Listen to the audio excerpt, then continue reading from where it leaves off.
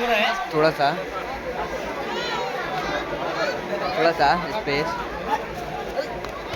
देख ऊपर ताक, कहाँ पे तू बना रहा है यार।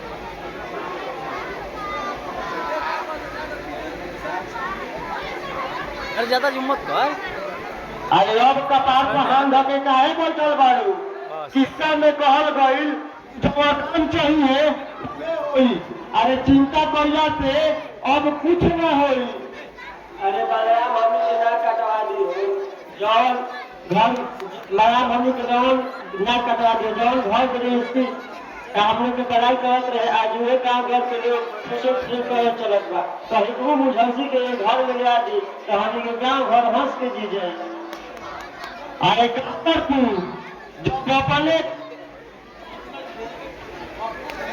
अरे कपर तू अरे का करबू जब अपने खोट अपने सीधा में खोट बा तो केकर मुंह सिया चलबू। अरे यही घर में जेठ के इज्जत कल जात रहे जो घर में आज जेठ के पे इज्जत कल जाते बटुए।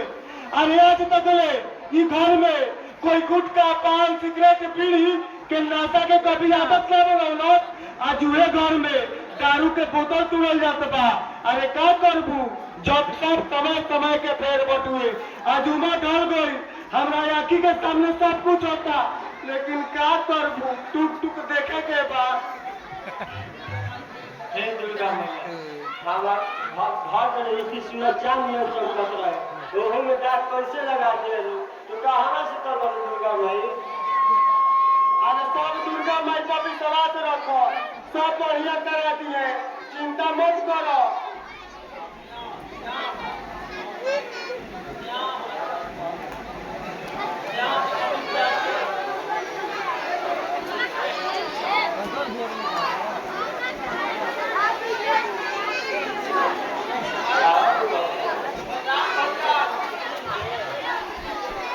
बाबूजी अरे माई देख न बलराम भैया लड़की लेके आवत बड़े पर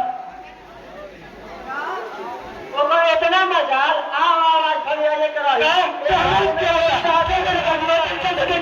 हम तो अकेले लेके आई।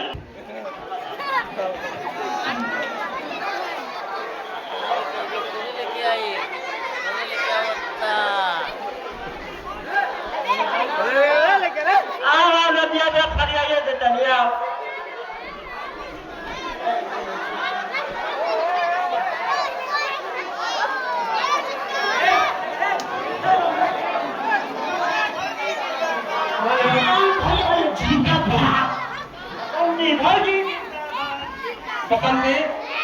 ये महीना आकर छो चल हाथ पे चले भाग नहीं निकल गए घर से एक हाथ में कोई रिश्ता जाता नहीं के। अरे समझने की कोशिश कर रही ते अंदर से चलने के लिए दिया अंदर से गए बच्चे के जे निकल गए घर में से एक घर में कोई अधिकार नहीं के। अरे भाई ये घर में हमारा उतना अधिकार बा जितना तू लग का बा। अरे हम देखा था नहीं हमने क्या घर से क्या निकाला था हम वही घर में रहो जो पसंद किया नहीं देखा ये घर में कहाँ दिक्कत करे।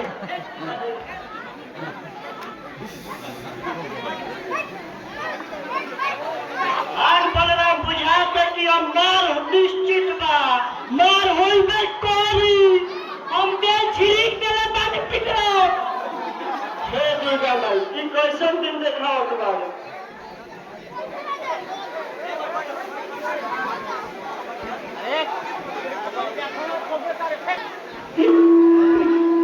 अरे छोटा है कि हम घर में ना रहा जिसके घर में अपने इज्जत नहीं के घर में कैसे रहे हम जहर खा के मर जाए लड़ाई से कट के मर जाए कुआं में डूब के मर जाए लेकिन घर जम जात बानी। अरे कहाँ चलू चलो हम यहाँ से चलो जब तू जिंदा में रह तू तो हम जी के क्या करो। अरे लागत कि अब बुझाता में हम इनके दुर्गति निकल बा देंगे दुर्गति निकल बा। अरे माजी लोग ऐसे काहे कहत बानी बा रोने से बिना तो हमनी के का हुई बाजी घर की रास्ते के का हुई बाजी।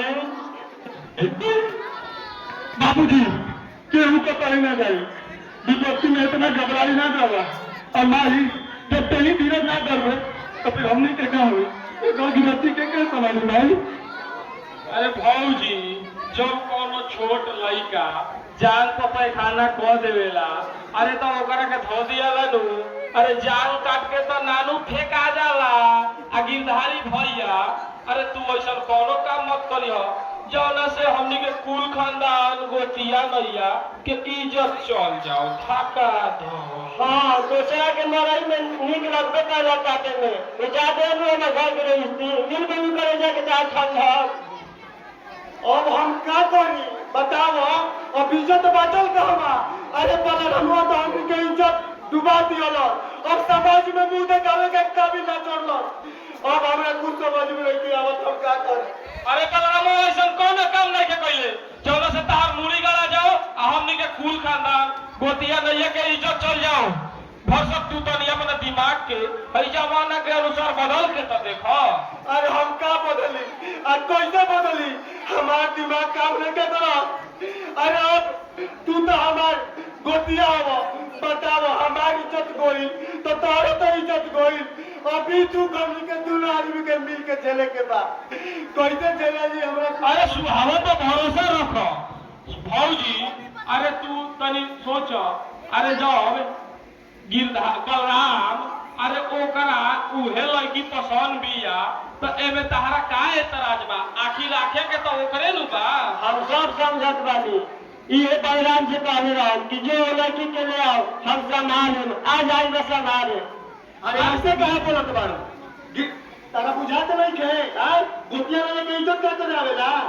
अरे नीमन बात तो पीते लगबे करी। अरे आज उ लड़की एक घर में ना आई रही। अरे बलरामो ओकरा के ना लाई रही आ जोटी जो ओकर बाप मातारी कोर्ट में जइतन आ तहारा लोग के कचहरी के चक्कर काटे के पड़ी तो दिन में तोरे एगो लौकी दनु। अरे तू संभाल आई अपना घर गिरफ्ती के। अरे सुहावन के तू वही बसावल देख ले उजाड़ा ला। अब हम जाता नहीं तू अपन संभाल घर। अरे सुहावन भाई अरे अरे तहार बोली तो गोली लिए चलत बा। अरे घर तो घर तू तो गोतियो लइया के रही कुछ न का तेरे कौन तार नाम कौनिया रख देलो। अरे हमने बीमारी पे दे बेटिया नैया सारे ढेर बेटिया नैया बा जो अपने के देख देख जात होके।